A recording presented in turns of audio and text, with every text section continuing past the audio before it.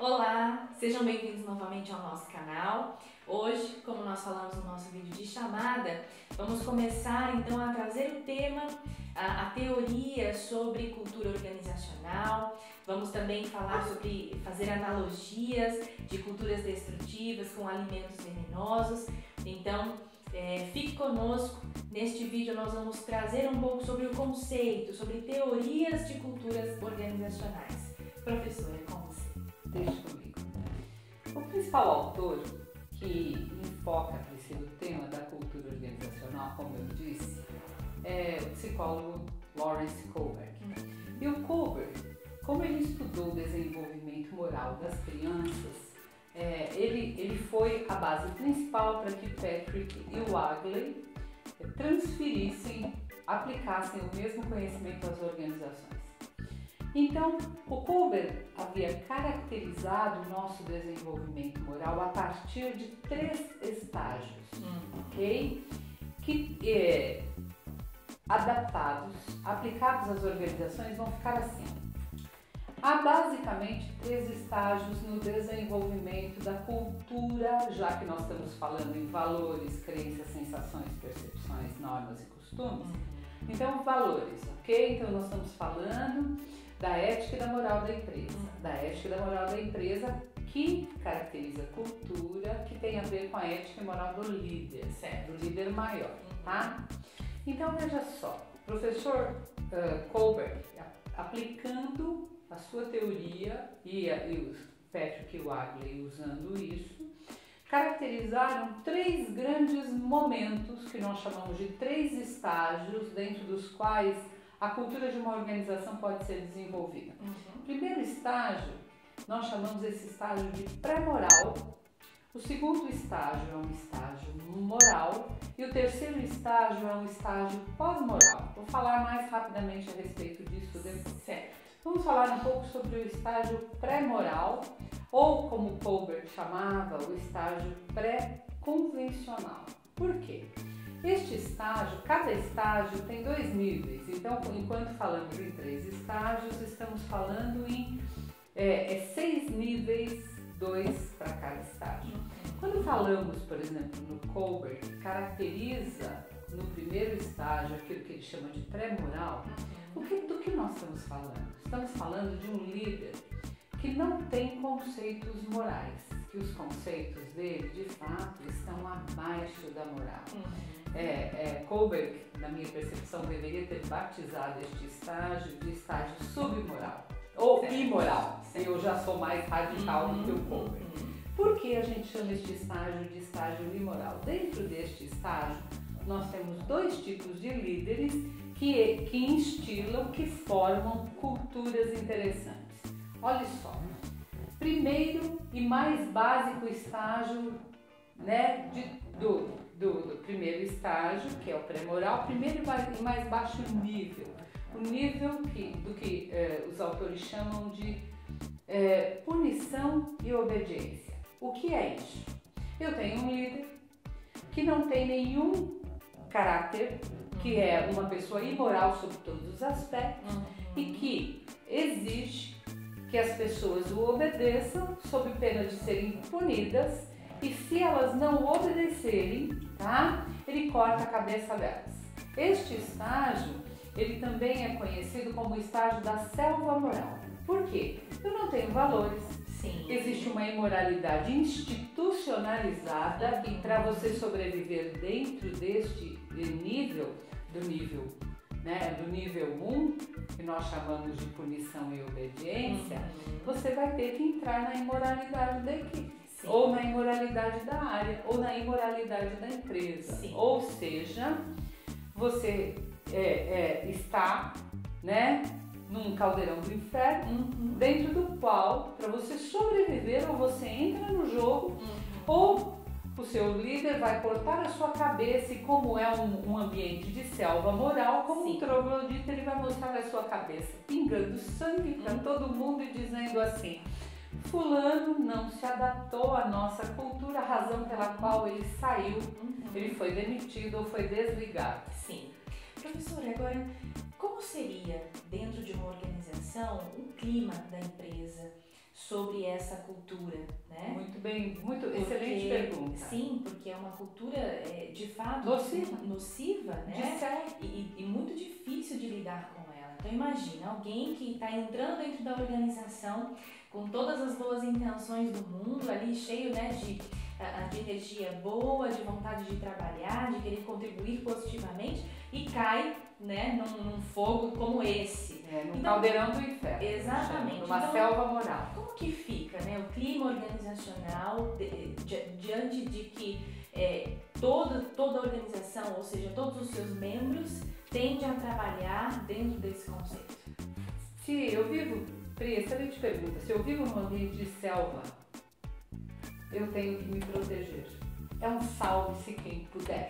Em selva, salve-se quem puder. O que significa isso? Num ambiente onde, né, a sobrevivência é a regra do jogo, o que você vai encontrar quando você chega na empresa? Uma série de guetos, uma série de panelas, porque as pessoas, para sobreviver, elas se unem, ok? E se protegem. Sim. Então, um gueto e é ambiente de selva. Sim. Um gueto que, para se proteger, ele pode até destruir o outro. Sim. Mesmo que dentro da própria literalmente um salve-se quem puder. É um salve-se quem puder, porque a sobrevivência é a pior. A dúvida é, será que eu sobrevivo aqui? Exato. O que é que eu tenho que fazer para sobreviver nesse ambiente? Que eu preciso fazer para conseguir sobreviver aqui, né? E se eu tenho um líder que ele prima pela imoralidade, você tem que saber que a sua própria moral, seu próprio caráter vai ser destruído. Sim. Neste primeiro nível, que é o nível de selva. É o ambiente dos trogloditas. Sim. É o ambiente você vai encontrar, né, um ambiente bem hostil, da maior hostilidade. É o pior ambiente possível dentro de todas as culturas organizacionais. E é uma decisão difícil, né? Porque é uma escolha que a pessoa precisa fazer, né? Se eu fico ou não no ambiente. Se eu fico ou não num ambiente como esse, se eu estou disposto ou não a me submeter a esse ambiente, a ser manipulado, a ter de agir dentro dessa coesão. Então, é de fato uma escolha difícil. Uma escolha bem difícil. Há inúmeros filmes que evidenciam empresas com esse tipo de cultura, certo? E eu posso me lembrar, como é que se chamava aquele filme que fala sobre um investidor em Wall Street? Ele era um investidor e, se você olhar o ambiente, é um ambiente altamente manipulatório, de imoralidade total, onde todo mundo tinha que se submeter não apenas à corrupção do ponto de vista financeiro, mas à corrupção moral mesmo. Sim. Empresas dentro das quais, se você não sair para happy hour e não der uma esticada depois da happy hour com o seu líder, você não tem a reputação. Já fica mal visto dentro da empresa. Já começa a ser excluído, né? A deixar de lado. Se você não se entrosar na selva moral, que é ambiente de selva, você tem que saber atirar o máximo possível e se defender quanto você conseguir. Então, este é o primeiro ambiente de selva, é um ambiente de, como eu disse, de inferno na terra. Certo. Você se financeiramente compensar para o executivo trabalhar numa empresa como essa, ele que espere, porque o que o Kohlberg diz? O Kohlberg diz que isto tudo estoura, nosso caráter cobra do nosso corpo. Sim, isso vai estourar no corpo, em algum lugar. Essa é a pergunta que eu ia fazer agora. Você acha que uma grande porcentagem hoje de executivos, né, em grandes empresas estão passando por doenças, né, psicológicas, autossomáticas por conta de estresse, né?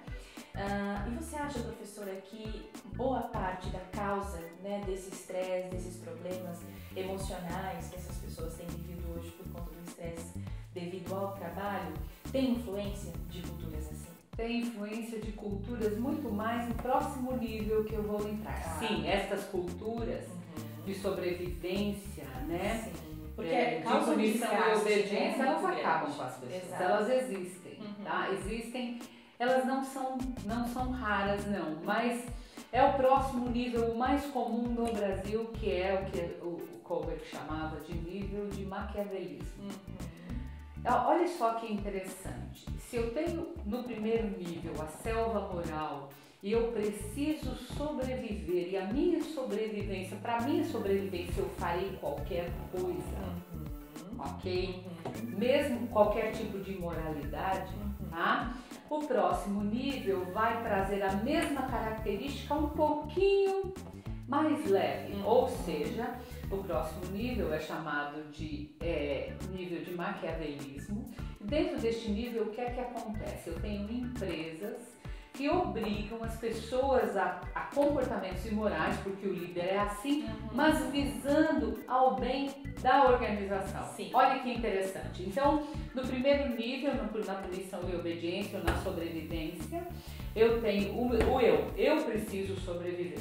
No segundo nível, ainda estou no primeiro estágio, tá? Que é o pior de todos. No segundo nível, eu tenho o maquiavelismo e é a sobrevivência da empresa. Então, no segundo nível, que é o nível do maquiavelismo, eu vou encontrar uma manipulação clara, porque às vezes no primeiro nível a manipulação é velada. O cara ele é imoral, tá? Mas ele não... Como é que é? No dia a dia da empresa, às vezes ele passa aquela ideia de que ele é, pelo menos politicamente correto, tal, né? No segundo nível, não.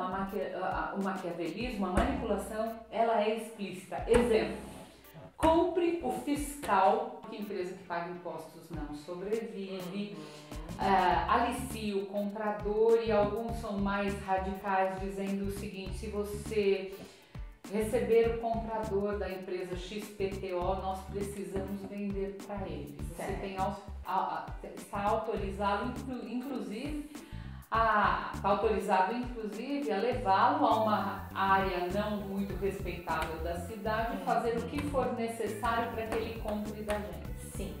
E professora, falando agora, né, teria como nós fazermos uma analogia com um alimento venenoso? Vamos fazer duas analogias para que os nossos telespectadores não se esqueçam e possam associar a cultura a alimentos venenosos. Quando nós falamos do primeiro nível da punição e obediência, do darwinismo social, porque é um ambiente bem darwinista, pior de todos, sobrevivência, eu preciso sobreviver, custe o que custar, é um salve-se quem puder. Nós poderíamos metaforicamente comparar a cultura dessa empresa ao baiacu. Empresas, eu costumo dizer que elas são empresas baiacus, porque o baiacu, se a gente tiver uma lista de animais ou de alimentos venenosos e animais venenosos, o baiacu está no top da lista. E para nossa surpresa, né? Porque o baiacu é um dos peixes mais comidos, né? Ele é muito consumido, principalmente na Ásia, no mundo asiático. Eles fazem, os cozinheiros fazem um alimento chamado fogu, com baiacu, e dizem que é absurdamente saboroso esse alimento. Só que o baiacu ele tem um problema, né? A pele, as gônadas e principalmente o fígado são tão mortais que se você consumir em 45 minutos, eles travam o seu corpo inteiro, porque o baiacu ele libera uma toxina chamada tetradotoxina, que é uma toxina específica que faz com que o teu sistema neurológico pare. Então ele é super venenoso. Para fabricá-lo, para fazer o fogu, cozinheiros fazem cursos de 2 a 3 anos. Em média, para você ter uma ideia, então o nosso telespectador ter uma ideia, estatísticas dizem que pelo menos 6 pessoas consomem por ano, morrem ao consumir o baiacu, mesmo com todo o cuidado, porque consomem principalmente o fígado, que dizem que é altamente saboroso. Então, mesmo que a sua empresa seja saborosa sobre alguns aspectos, do ponto de vista financeiro, do ponto de vista... Porque, sejamos verdadeiras, uma certa imoralidade no ambiente pode ser uma fonte de grande prazer para algumas pessoas. Sim, o problema é que é um prazer mortal. Sim, ele é letal, a letalidade do ambiente é absurda. Sim, principalmente falando sobre essa questão da imoralidade, né, professora, dentro da cultura organizacional. Então, é algo que, uma vez que você se deixa ser influenciado, pode ser fatal.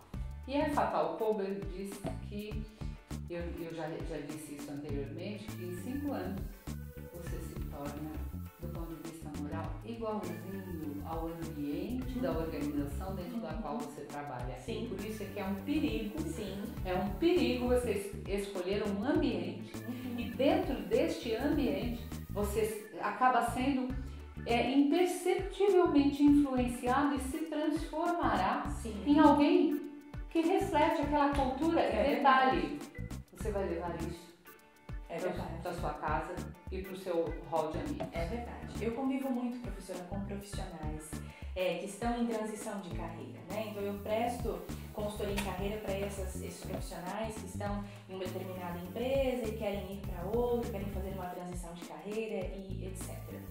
E é muito comum eu encontrar profissionais que estão exatamente doentes, né?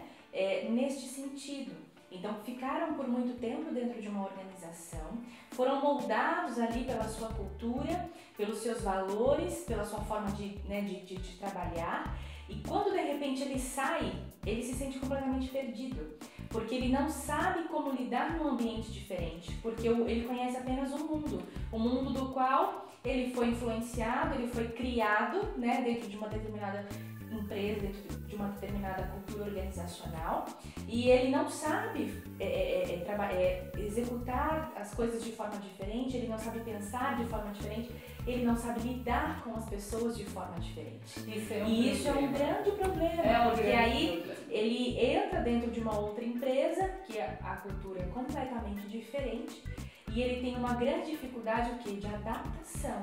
E se ele não tomar cuidado, ele se torna uma laranja podre dentro dessa nova cultura.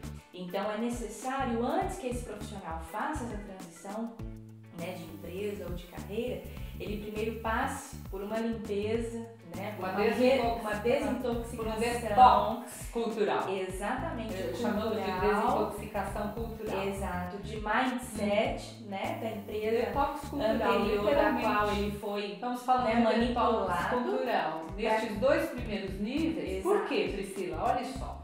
Como é que a gente caracteriza um caráter? Nós caracterizamos o caráter a partir de nobreza e barbárie. Sabendo que não existe perfeição debaixo do sol, que todos nós seres humanos temos nossas nobrezas e temos as nossas barbáries.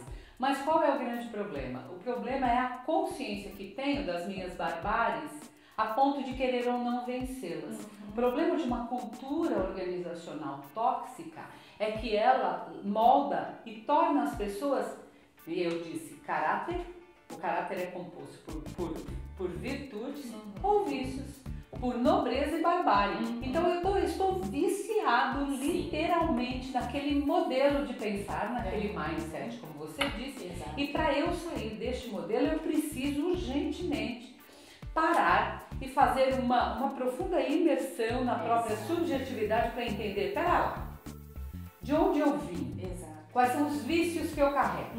E essa é uma pergunta que todos que fazem transição de carreira terão que se fazer frequentemente. Exato. E você que está nos assistindo, quais vícios você carrega do ponto de vista cultural? Que valores você absorveu e não se apercebeu deles e estes valores estão te desenvolvendo no sentido de você ter um caráter mais nobre ou eles estão te destruindo no sentido de você se tornar uma pessoa cada vez mais imoral? Exatamente. E não estamos falando apenas em imoralidade sexual. Estou falando em imoralidade, né, dentre os diversos tipos de imoralidades. Imoralidades nos relacionamentos, imoralidades social, imoralidades ambientais, imoralidades culturais, há vários tipos de moralidades e há vários tipos de imoralidades.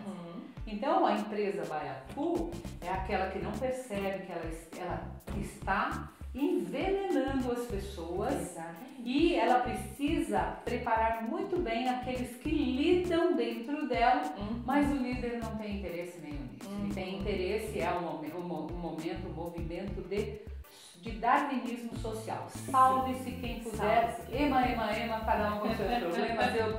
Se eu estiver ganhando dinheiro e eu te manipulando, em primeiro lugar, a meu favor, é excelente. Exatamente. Excelente. Exatamente. Agora, se nós falarmos um pouco, Pri, que analogia você faria, por exemplo, em termos de ambientes, culturas e alimentos venenosos, olhando para a manipulação, não o darwinismo, olhando para o maquiavelismo. O maquiavelismo puro, quando aquele líder usa todo mundo justificando que a empresa precisa da imoralidade dele. Certo. A que alimento você compararia essa empresa? Eu compararia essa empresa, professora, ao polvo. O polvo é venenoso também, sabia disso? Se o polvo for consumido de forma crua, os seus tentáculos são extremamente venenosos. Então, o que seria uma empresa polvo? Justamente essa empresa que usa da manipulação, do maquiavelismo, que usa da total obediência, no sentido de se você não fizer exatamente o que eu estou impondo, da forma que eu estou querendo, você está fora, exatamente. Então, com o polvo, você tá falando não polvo existe vivo, o né? polvo vivo, exatamente. Por quê? Porque não existe uma outra forma de consumi-lo a não ser totalmente cozido. Ok, mas na Coreia do Sul ele é consumido, falando um pouco, ratificando aquilo que Priscila está trazendo, na Coreia do Sul eles consomem polvo vivo e uma informação, Pri, para nossa cultura, porque o canal PP também é cultura geral, né? Os tentáculos do polvo, eles continuam, né? Eles continuam agindo mesmo quando o animal está morto, semi-morto. Sim. Tá? Então eles cortam e na Coreia do Sul em torno de 10 pessoas morrem por ano consumindo polvo vivo, num alimento que eles chamam de sanakji. Eles gostam muito, que é o polvo vivo cortado, e eles consomem com tranquilidade. Ou seja, mesmo sabendo do risco, né, consome. Então, ou seja, ou você corre o risco, né, de morrer a consumir um alimento como esse, ou não existe outra forma de você consumir a não ser totalmente cozido. Então, eu entendo que a empresa polvo é justamente essa. Então, ou você se submete, de fato, a estar sobre esse maquiavelismo, essa cultura, né, maquiavélica, e tenta sobreviver a ela, ou então, não, de fato, você não consegue sobreviver, né, você não consegue permanecer. Bacana. E a sua empresa? Baiacu ou polvo vivo? Fogo ou sanakji? Qual é a sua realidade? Conte para nós um pouco do seu dia a dia. Não esqueça de deixar seu like, tocar nosso sininho aí. Isso mesmo. E aderir ao nosso canal, canal PP. Falaremos daqui a pouco sobre 2 outros níveis. Muitas outras novidades aí pela frente nos 2 outros estágios deste nosso mini encontro falando sobre cultura organizacional. Esperamos por vocês. Até a próxima!